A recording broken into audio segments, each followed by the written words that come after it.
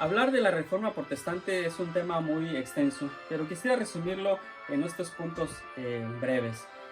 Fue un movimiento de carácter religioso surgido en Alemania en la segunda década del siglo XVI, liderado por Martín Lutero.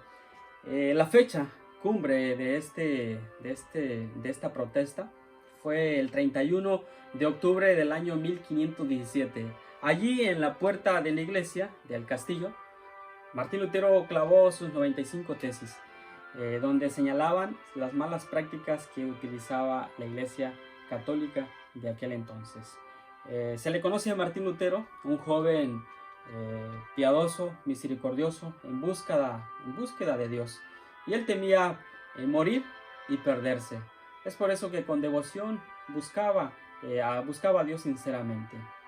En el año 1507 él ya enseñaba teología. Y en el año 1510, digo esta fecha porque es una fecha donde a Martín Lutero se le manda a una misión. Y en esta misión a Roma cambiaría su vida totalmente. Cuando él llega a Roma, dice la historia que exclamó diciendo: Roma Santa. Momentos después, la Roma Santa que él había dicho, toda era una falsedad, una mentira. Los clérigos no practicaban lo que predicaban o lo que la Biblia decía. Es por eso que a raíz de esto, sus 95 tesis de Lutero fueron un movimiento cumbre para en aquel entonces y para nuestros días. La raíz también de todo esto, lo que observaba Lutero, fue a través de las ventas de indulgencias, autorizada obviamente por el Papa León X. En aquel entonces también podemos ver al emperador Maximiliano. Ambos se oponían específicamente a las protestas de Lutero. Pues algo que hay que recalcar en este mensaje es que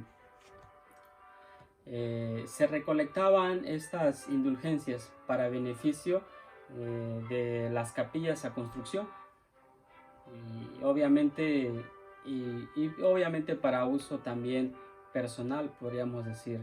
Todos los que ellos recolectaban era simplemente para sus halagos propios o beneficios propios. Pero a raíz de vender una indulgencia, de comprar la salvación por dinero y de esa forma también pagar tus pecados, algo que a Lutero no le pareció. El propio Lutero les había también mandado una copia a Albert, acompañado esta carta, fue escrita por él, sumamente respetuosa, donde se le enviaba dirigida directamente a León X, donde se le enviaba a través de esa carta que podía intervenir en este asunto. También Maximiliano se enteró de esta carta y él se colerizó por esta situación, porque obviamente estaba en oposición a lo que predicaba Lutero. Maximiliano después muere y entra en su cargo Carlos V, y la historia nos muestra que tiempo después se le fue invitado a Martín Lutero a la dieta de Worms. Allí, con la única finalidad de que Lutero pudiera desistir y retractarse de lo que había escrito.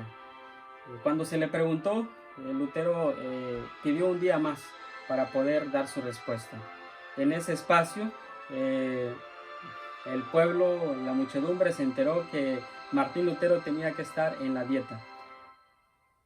Entonces, cuando llegó el momento para poder hablar y ser el careo, cuando a Martín Lutero se le preguntó, bueno, tú has escrito estos libros, tú has hecho esto, Martín Lutero efectivamente aceptó diciendo que sí. Pero algo importante es que él mencionó lo siguiente, ¿verdad? Que tampoco se retractaba, al contrario, reafirmaba.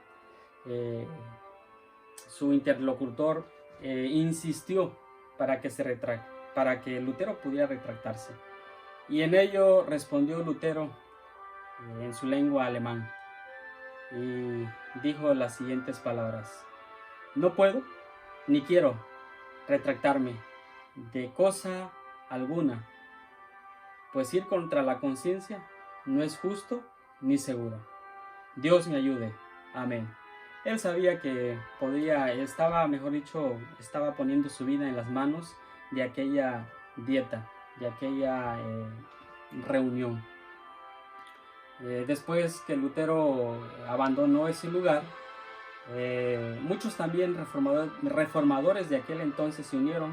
Hemos escuchado por ejemplo, en Suiza a Zwingli, también en Francia a Calvino, y bueno, y otros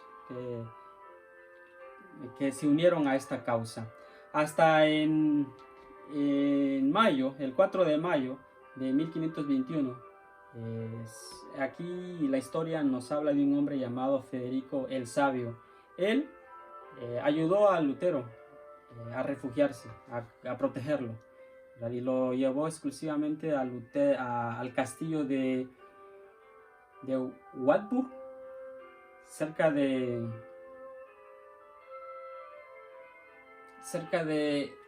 Elch, no recuerdo bien el nombre del lugar, pero ahí Lutero en ese castillo hizo una enseña muy importante.